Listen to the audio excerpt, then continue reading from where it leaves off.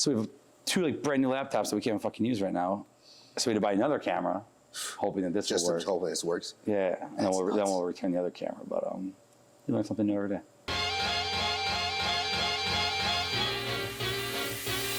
While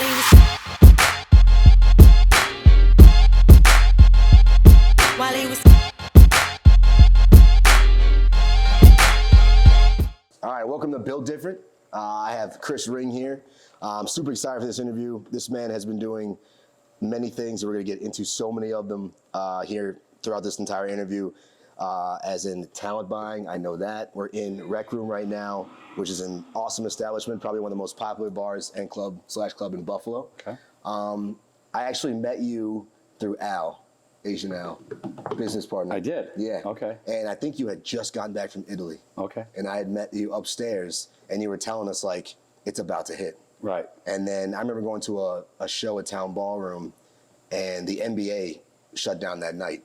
And that was, like, literally the week after. Yeah. And I was like, he was right. So yeah, it was crazy. It was quite crazy. And I know just being a different country. Do you guys have the quarantine there? No, nothing. It wasn't known yet. Nobody knew how to handle it yet. So we self-quarantined because my wife and I, we were pregnant. So we weren't sure what was going on. So we kind of did saw the sights first thing in the morning.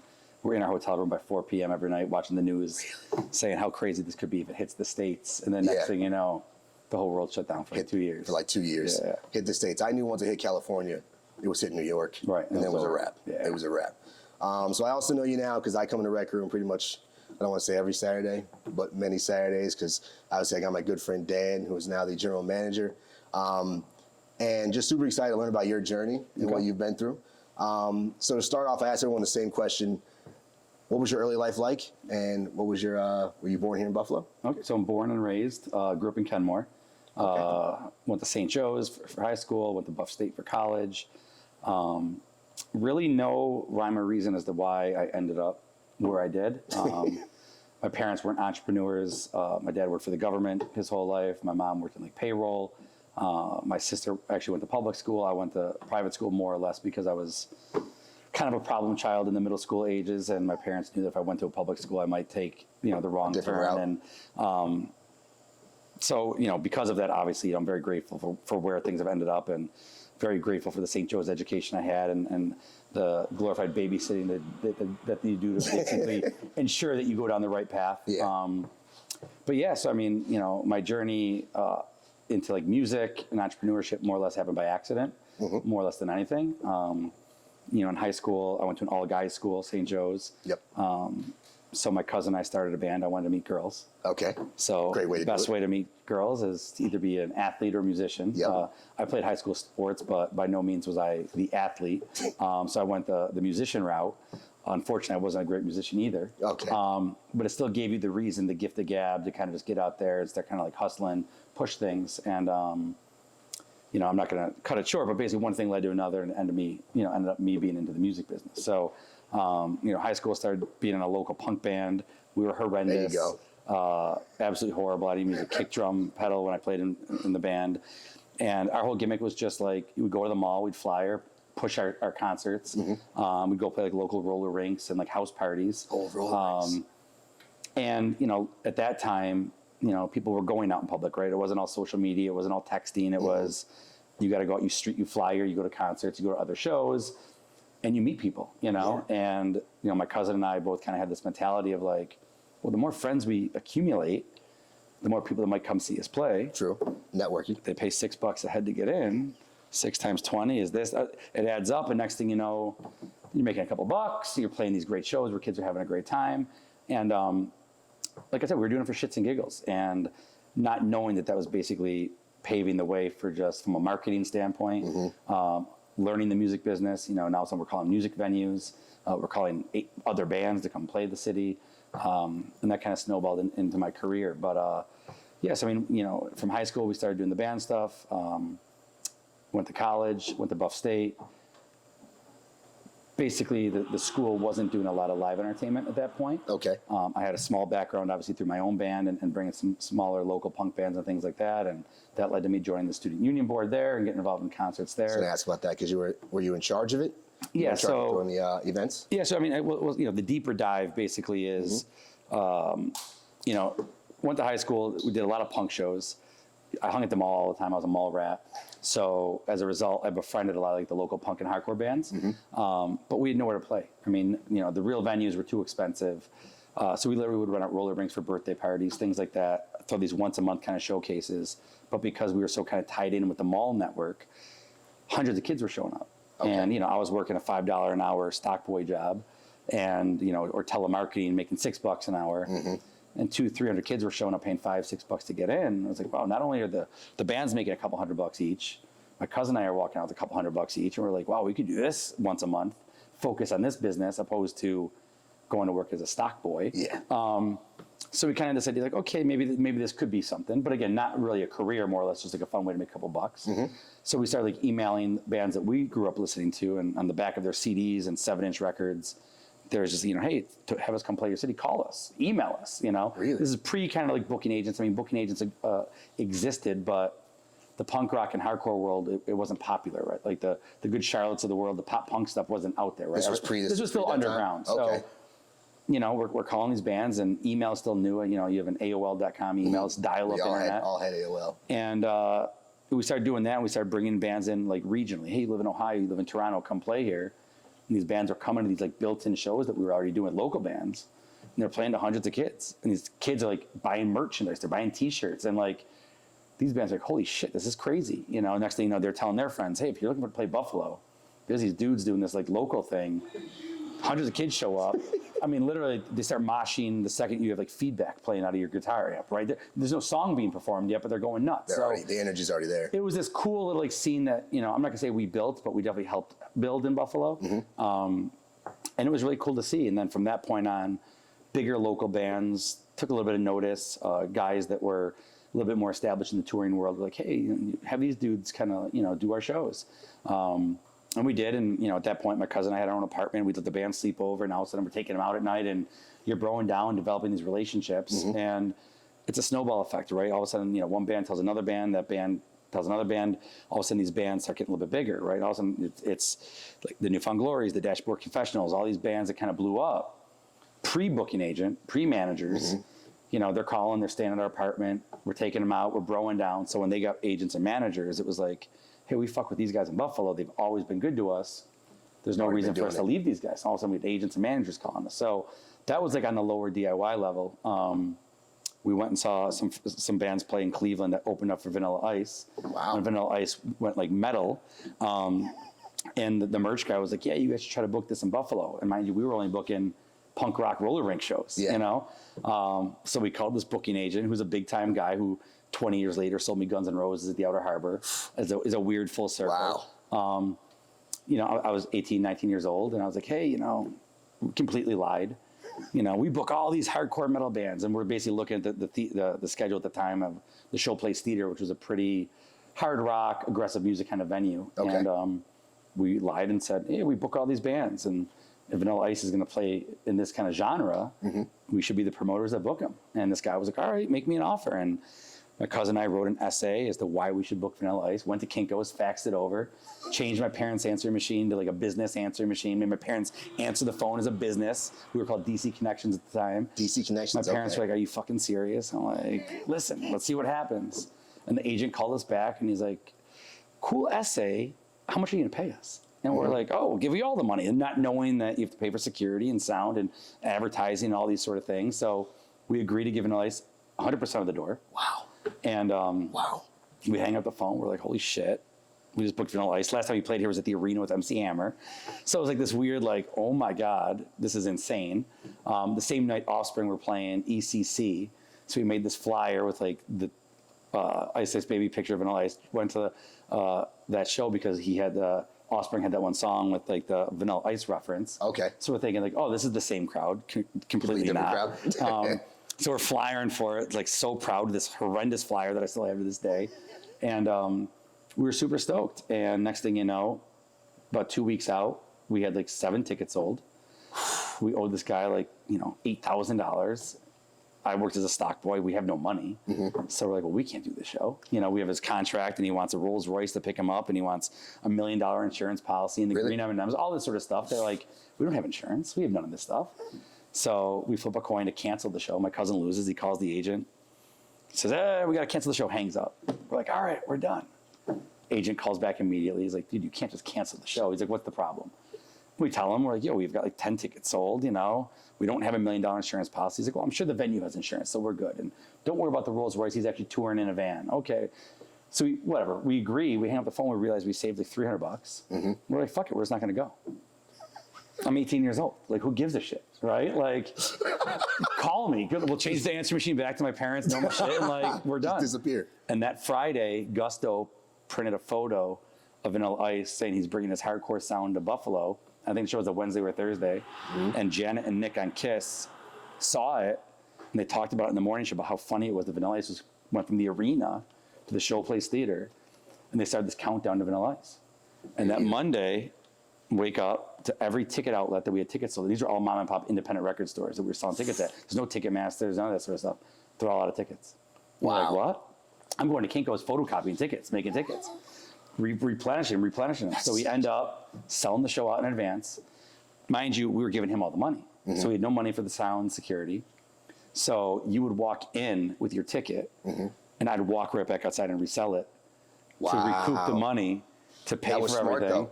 It was smart, but there was the Showplace Theater's capacity was 600. Not saying we oversold it, but holy shit, was that butts to nuts. And we ended up like making $100. We paid him in a shoebox full of money. And to this day, the tour manager sat us down. It was just like, yo, when you pay an artist, all the denominations, even my bartenders here, I've taught them this. Mm-hmm. Hundreds, 50s, 20s, facing the same way. Literally, it's a shoebox. Wow. And literally, that started from that point on. His agents started calling us to book real bands, not just like local shit. Those opening bands, their agents started calling us, and we started booking bands for a business, not just for bands that we liked. Okay. And it all started off in a lie and a scam and a this and a that. We actually followed Vanilla Ice on tour for like 6 shows in a row, broed down with him. I'm wearing Jankos, size 42 Jankos. My cousin's got Krishna beads and bleach blonde hair, and they're like, who the fuck are these 18-year-old like hardcore punk kids that pulled this show off? And that's how it started. And from there, I had that as my track record. We started booking some more bands. So when I went to Buff State and joined their student union board, my advisor at the time was like, hey, we should make you like, the president of this, mm-hmm. And they basically made me the entertainment chairman for the campus, which was awesome for me. And I booked Nickelback there for an MTV Campus Invasion tour, crazy. The Roots, D12 when they had the #1 single out. D12? Was it my band? It was full band. Okay. We did Good Charlotte. We did a lot of monster shows, a lot of sold out shows, which was awesome. And I was very lucky and fortunate that I was able to basically use the college money, mm-hmm. It was their money, mm-hmm. To book even bigger bands, mm-hmm. And now got me a foot in the door with those agents because I was still doing shows on the side and building my company, which was now AfterDark. And, I did that. I went to Buff State for 7.5 years, never graduated. Really? But the thing that was unique at Buff State was if you were an activity fee paying student, I never lost my position as the entertainment chairman. And the entertainment chairman decides who we book. Okay. So I would hire AfterDark Entertainment to do the booking. It was like funneling it to your So in theory, you were getting but I got paid. to write off my tuition because it was a business expense to keep the freaking account. Yo. So all of a sudden it was like this weird cyclical cycle. But because I was so busy running my business, I would go to Buff State the first day to sign up for classes. I'd go the last possible day to withdraw, so it didn't affect my GPA. Wow. And I was just paying tuition to go, but I never went to school. Wow. So 7.5 years later, I did Lloyd Banks for a fall fest up in Niagara Falls, and there was a shooting. And Buff State had a mandatory meeting, and the president and everybody, and they're all screaming at me. And I was kind of like, fuck you guys. It was more or less because Buff State at the time was double dipping. So organizations on campus were supposed to get event venues for free, like the gym and stuff like that, to do Spring Fest and Fall Fest. But they were double dipping. They were charging us rent. They were having their brother-in-laws as security guards at $50 an hour. And I was like, dude, it's cheaper for me to do a show off campus than it is for me to do a show on campus. Yeah. So I took everything off campus. It blew up in my face a little bit because obviously, like I said, there was a shooting. Nobody got hurt. Somebody shot a gun in the air. And I was fighting for, in theory, the student body to like, this is a joke. Like, you guys have to, put this in writing that the students don't have to pay for this stuff. Mm-hmm. So we did this emergency vote to ratify the student constitution, and we all voted unanimously yes, thinking like we're going to win. Yeah. And right away they started off with, okay, well, one, the entertainment chairman position is voted on every year. that got me out. 2, they had to keep a GPA 3.0. I was 2.8, got me out. And they go to me, wow, Mr. Ring, we've noticed that you've withdrawn from school for the last 5.5 years. What have you been doing? And at that point, I actually had an opportunity to move to New Jersey. I sold my business. I was like, peace out, Buffalo. I moved to Jersey for a couple of years and booked shows out there. But that was in 2005. So yeah, from 97 to 2005, I was doing a lot of sketchy shit at Buff State. But that's crazy. Had a great run. And a little, what I want to say is a testament to how well we did after I left Buff State. It was about 3.5 years until they had a sold out show again. So I was like, you know what? Like the number one. That is a testament. The number one thing students wanted to see on campus was more shows and events. I gave it to them. Mm-hmm. Granted, they might have paid a little bit more money for some of the shows, but they had a budget they had to spend. Mm-hmm. And if we didn't spend it, they would give you less money the next year. So if I had friends that were in bands, it's like, yo, I'll give you $5,000 to come play lunch next Thursday. Do you want to do that? Sure. Well, what's my take? So, yeah. So ended up building my career that way and got really lucky. And somehow, an environmental science major, ended up switching to a business major and ended up, being an entrepreneur. And from there, everything just kind of snowballed. That's kind of crazy because I was going to ask that. Like, it just seemed like entrepreneur was a natural progression because you were just booking the shows. Yeah. And then it just started, the agent started calling you and then just went from there. It was literally all by accident. And like I said, I had no intention of ever doing that. I mean, it was always like, hey, where am I going to go work, for a living in? How do I get paid a lot of money to do these sort of things? And the fact that like I was having fun, working in music, that was like my passion, right? I mean, it's all the stuff I listened to. So all the bands I was booking were bands I was fans of. And I was able to like make money off of it. It's like, okay, maybe I don't need a job. Maybe I can do this. And I went to work for like a local company here for a while. Again, kind of like cut my teeth there, learn a lot of the ins and outs. Was that the Metropolitan? So that was, no, the company I worked for first was called ESI. Yeah, okay. And the guy that ran that actually owned the trail for the last like 15, 20 years. Learned a lot there. But, at that point, we were doing a lot of cover bands and I was booking all the original stuff. He wanted me to like work in the cover band world. And I was like, man, I'm too punk rock. I want to work in the local original stuff, touring national stuff. And left there in 2001, started AfterDark, and honestly never looked back. In 2005, basically kind of sold the company, moved to Jersey, worked for a company out there called Max Cruise, booked the Stone Pony in Asbury, which is like a legendary club. We developed a thing called the Bamboozle Festival, which is this massive kind of like Warped Tour thing in New Jersey that we did that was like very similar to the Warped Tour. Because I'm from the tri-state. Okay. And we live next to Jersey. So we did it in Asbury Park at first, then we graduated that and took it to Giant Stadium, the parking lot there. Okay. And while I was there, we booked, I did Dane Cook's first arena shows at Madison Square Garden. Wow. We was doing a lot of arena stuff, festival stuff, comedy stuff. And so from there, it went from like, okay, here, now I'm doing this shit. So I still booked upstate New York, sold the company to a friend of mine in Buffalo who was helping me with AfterDark at the time. So we were promoting a lot of stuff with him. I was doing tons of stuff in Long Island and was there for about 16 months. The guy I went to work for there was caught up in the whole sex, drugs, and rock and roll lifestyle, which necessarily wasn't the most positive thing.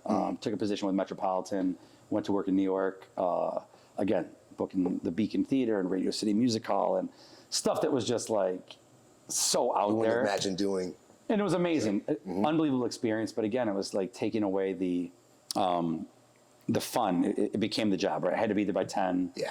I had to go take meetings, and it was just, I'm booking stuff that like, nothing against the jam band world, nothing against country music stuff, but like. You weren't fans of it. I live to work now, right? I lived in Jersey though, but I was commuting into work. It was just too much.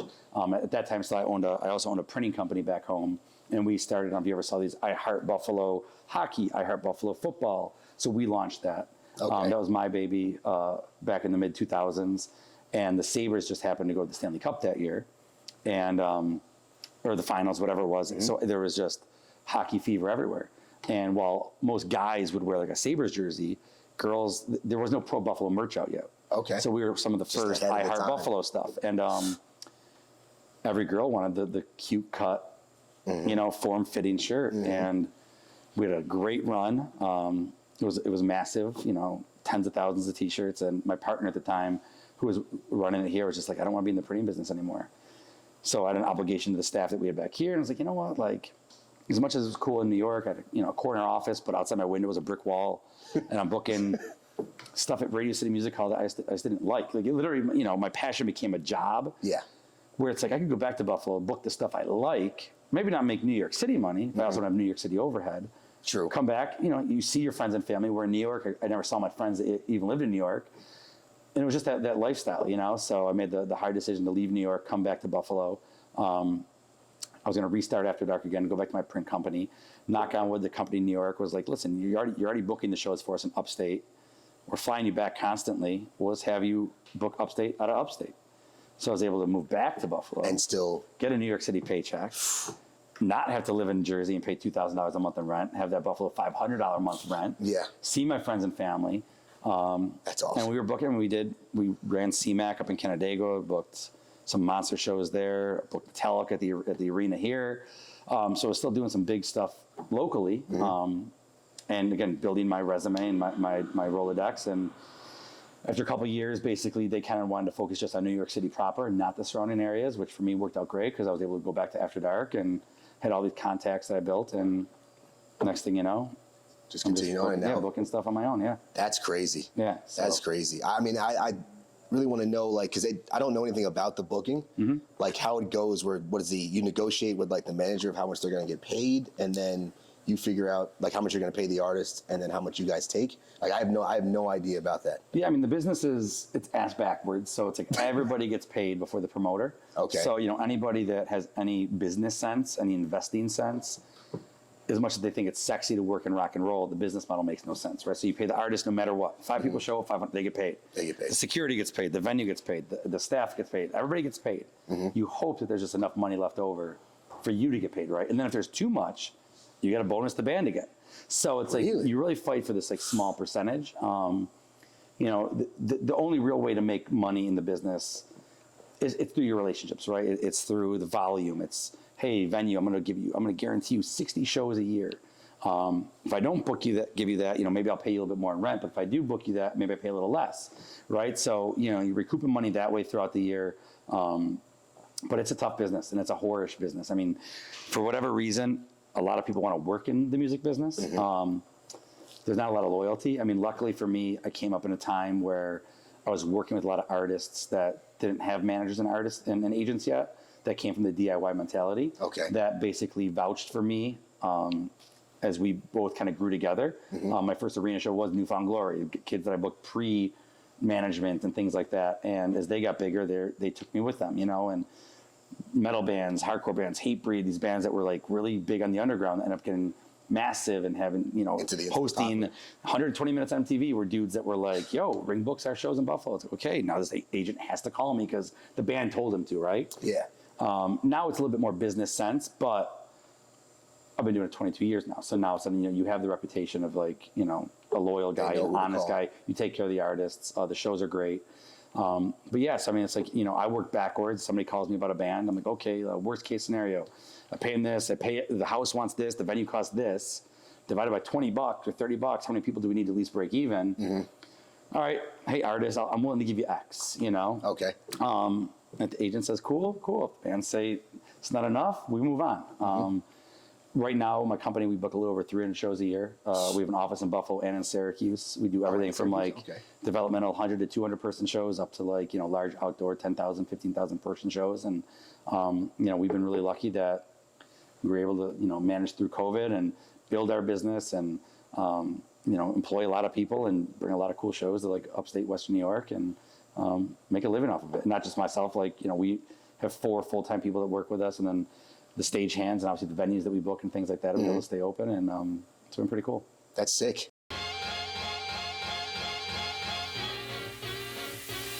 While